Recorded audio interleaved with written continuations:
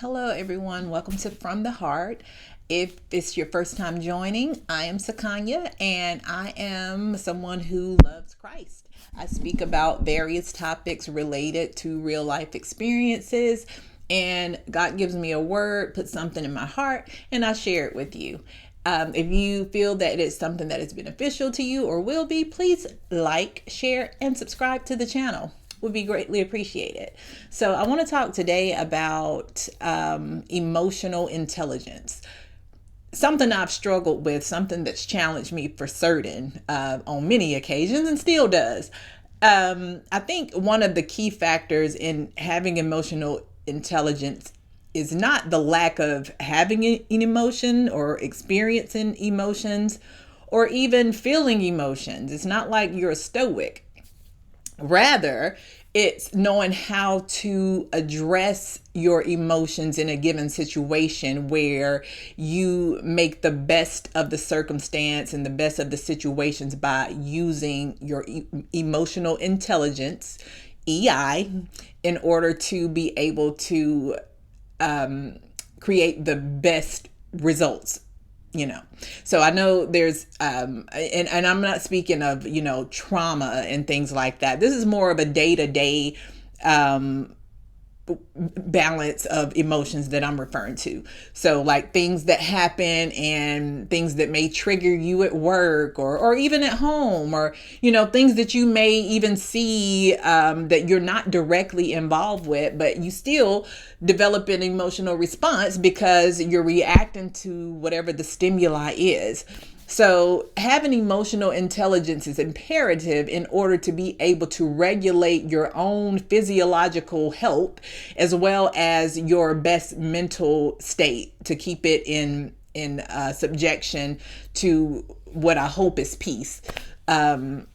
So knowing that when these things challenge you, when your emotions challenge you in a negative way by the things that go on outside of you, knowing first what you're dealing with is the key. So we know that we can hear things, people can say things, we can feel things, and we may get angry, right? Or we may feel, like we need to respond aggressively, and we need to respond in a way that is going to release those frustrations within us. Well, that's one way to do it, but typically that's not a sustaining, and it's not a productive way to respond to something that's already negatively affecting you anyway. So we don't counter negativity with negativity, right? So not to say if someone's being offensive towards you that you just reply positively always. There is a positive attitude to have, however. So, and again, that is for you. That is not for the sake of appeasing the person on the receiving end. Of course, at times that may be necessary, because while we all live in this world, we're all human. We all go through things. We all have bad days where we may not reply or respond or interact with other people to our best ability, based on situations, circumstances that are going on in our life. So we give ourselves some grace when it comes to that, just as we should give other people grace, because we don't know what's going on. We don't know how they're feeling. We don't know what's caused the reaction or the response that you're receiving from them. So it's important to really step back for a second before we react too quickly in response to that, because someone who is already on the edge may just go all the way toppling over if not met with some sort of compassion, if you will.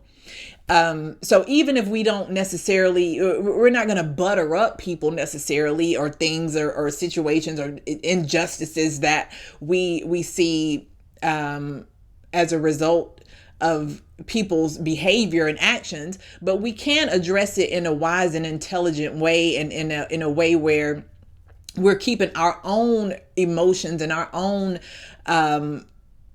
anxieties at bay. Like, we're not getting so emotionally involved with it that we're off balance now. So now we're feeling emotions that are not doing us any good. They're not really helping us to become the best version of ourselves, and it's certainly not keeping us from dealing with the issue at hand. So if we choose to deal with it in an aggressive way, walk away from it, we're still going to have that aggressive feeling. It'll dissipate eventually. But where do we learn how to have self-control to the degree where we rule our own spirit? You know, that is a wise person, and that's biblical too. Whoever can rule their own spirit, like, you don't have any control over how I respond or what I do in response to you. Is my choice, is my decision. It always is. But I'm not out of control so much so that I'm acting on emotion. You know what I mean? I'd rather respond to something, even if it's a anger, righteous indignation, or if it's where I need to be a little bit more assertive. Even still, I want to make sure I'm in total control of my response to whatever the outside thing is. Nothing I don't want anything to make me act a certain kind of way, because that shows that's a sign of weakness. That shows that someone outside of me has more control over my emotions than I do. Because before I can even think about it, I'm reacting based on what they have presented to me. So I've lost control at that point. So it's a self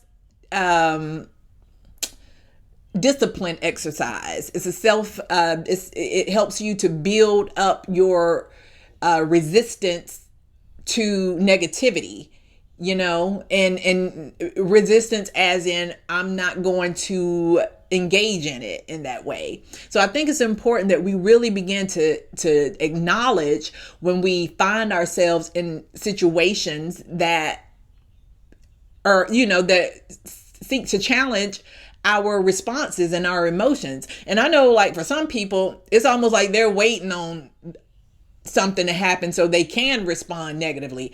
Well, you know, some people are just who they are, and you know, I don't advise that.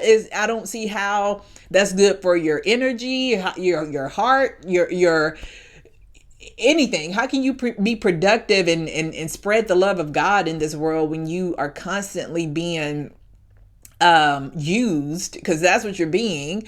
When we allow that to happen. I'm not saying that we won't get angry sometimes, and in every situation we have it all together, but we should study to know how to reply and respond, you know, and address things in our lives so that we have the best outcome for our inner selves first, and then for the persons or things outside of us, because the way we respond can totally change the atmosphere. It can change the dynamic in the situation.